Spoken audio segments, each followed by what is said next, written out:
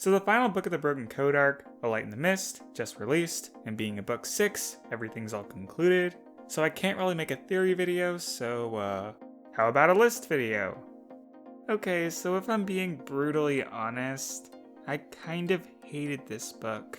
And after the hours of Broken Code discussion I put out in video form, it just leaves a bitter taste in my mouth. There were things that I liked. I appreciate the emphasis on cats interacting with their families. I liked the cute scene where the Dark Forest cats tried to possess Bristlefrost by giving her a bonk. It's the little things I liked. Overall, it was pretty weak. Spoilers are on the way, you know the drill. Read the book before you watch the video, unless you don't care about spoilers. Number 10. Arguing. This is mainly an issue in chapters 5 and 8 when Shadowsight is trying to convince the clans to save StarClan, and they just spend so long throwing out worthless devil's advocate arguments, like, we don't need StarClan, Bristle and Root are good sacrifices, even though StarClan is literally their family. It just continues the long trend of warrior cats filling surrounding clans with completely close-minded cats, without much deep reasoning behind why they're so set in their ways. Number 9, the 5-chapter epilogue. When I got to chapter 19 and it just announced that Bristlefrost was dead and Ashfur was dead and nothing else, I was so disappointed. This was supposed to be the big finale, and 20% of the book was dedicated to a drawn-out epilogue. The most notable things done here were visiting StarClan, which lost its punch since we've already done that in Squirrelflight's Hope, and the changing of the warrior code, which seemed rather pointless since they could have easily saved that for the next story arc, where the changes would actually come into effect. If they really wanted to do an epilogue, it should have been saved for a novella like they did with The Last Hope and Deafwing Silence. This book was in desperate need for more action than we got. Number 8, Fading was retconned. On One of the Stars was the first book to introduce the second death in Warrior Cats, the spirit death, the dying for good as this book calls it. If a spirit was killed in battle, that would be it for them.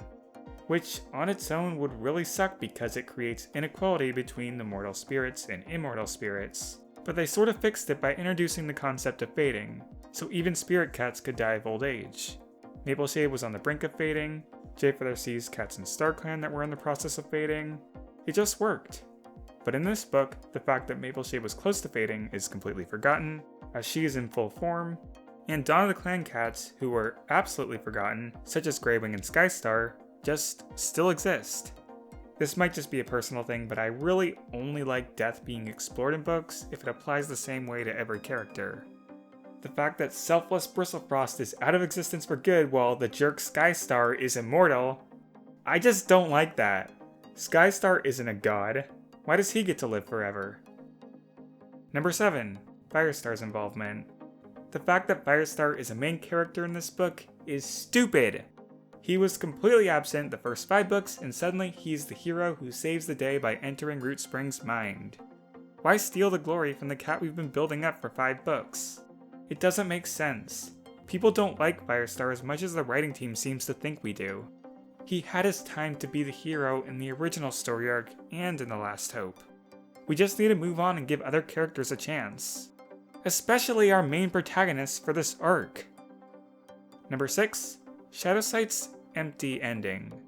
So at the end of this book, it is revealed that Ashfur sort of bore a hole into Shadowsight that mixed him with darkness, and that he never had a medicine cat connection to StarClan. And I mean, okay? That's all fine and dandy, and could make for an interesting redemption arc, but they literally do nothing with it. He has no part in defeating Ashfur, he does nothing in the final battle. The one thing he does do in the book is rather inconsequential, because the 4 clan cats he brings are nothing when the entirety of StarClan was at their disposal. There's a whole plot point where he's sad about being a liability, and that feeling gets reinforced when Bristlefrost dies saving him, and it's just there, nothing else. Shadowsight is miserable, that's the story. We just feel bad for him, and that's just sad. Number 5, Dark Water is lame. There are 4 deaths in this book. Ashfur, Bristlefrost, Greystripe, and that one Dark Forest cat I don't remember the name of because they were a background character. 3 of those deaths were from drowning in dark water. Like, it's so stupid and basic.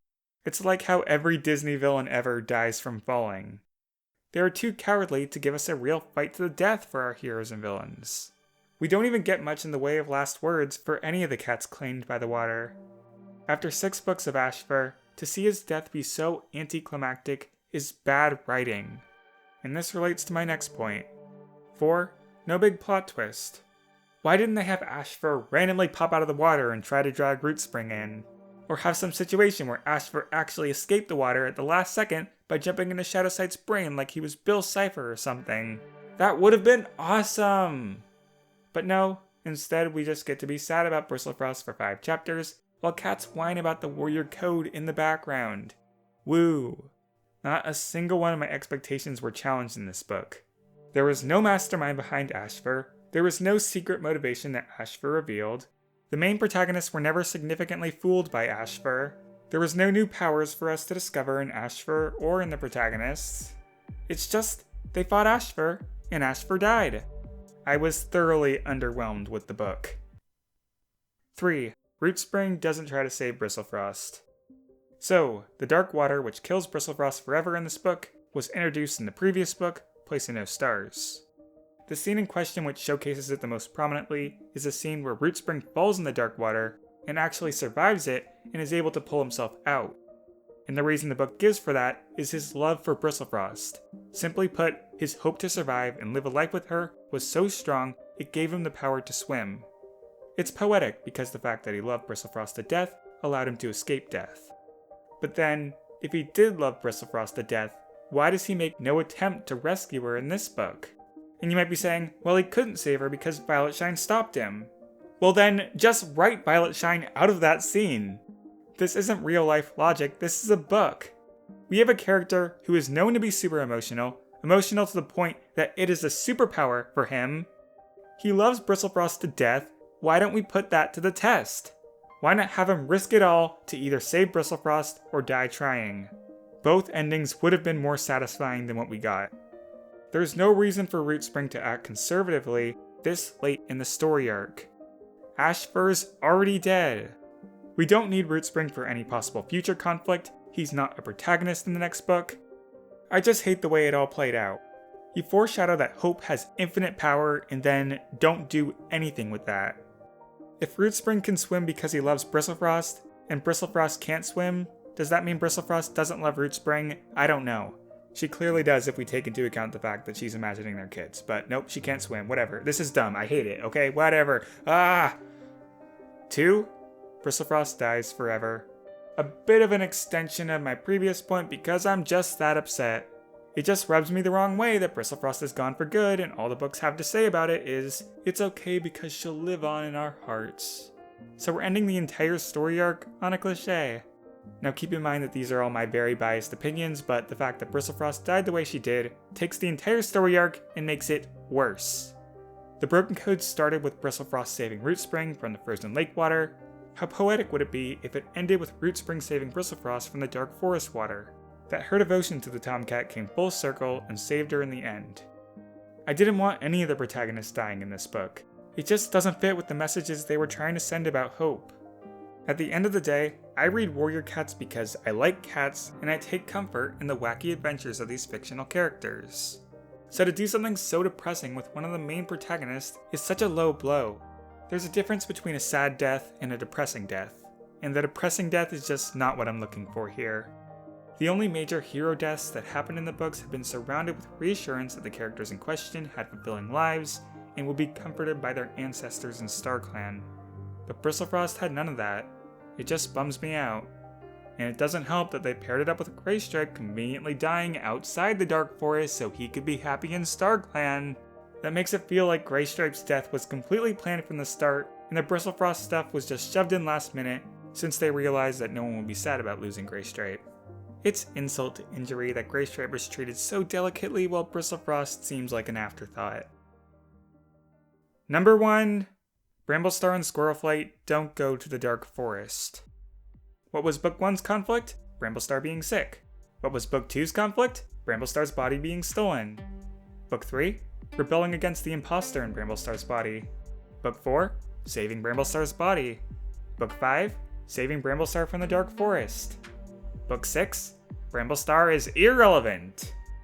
Meanwhile, let's look at Ashfur. Which cat is most relevant to Ashfur's story? Which cat loved Ashfur at one point and became the reason he was so evil, the reason for the fire scene, the reason us as readers care about Ashfur? Squirrelflight. Neither Bramblestar nor Squirrelflight enter the Dark Forest or talk to Ashfur this entire book, despite them being the reason Ashfur is even a villain that is marketable enough to be the focus of the story arc in the first place. Instead, they give us Firestar and Graystripe as the heroes for the final battle. Two characters that have zero stake in the history of Ashfur's treacherous actions. And when Graystripe delivers Squirrelflight's message, I feel nothing, because Squirrelflight isn't there. I am quite frankly disgusted. That would be like if in the original story arc, Bluestar didn't show up at Firestar's leadership ceremony. Bluestar's the reason Firestar got to where he was, so she should be there for that critical moment. The same applies to Squirrelflight and Ashfur. When you have characters with character development that is relevant to the story you are telling, you use them. I have no idea how they could leave out something so major. It's so bad that it took the #1 spot over all the Bristlefrost stuff. And I was upset about Bristlefrost. Ugh. Overall, it's no secret, I hate this book. I would place it below every other book 6, and that is not even an exaggeration. Here's to hoping for better Warrior Cats content in the future. Alright, bye everyone.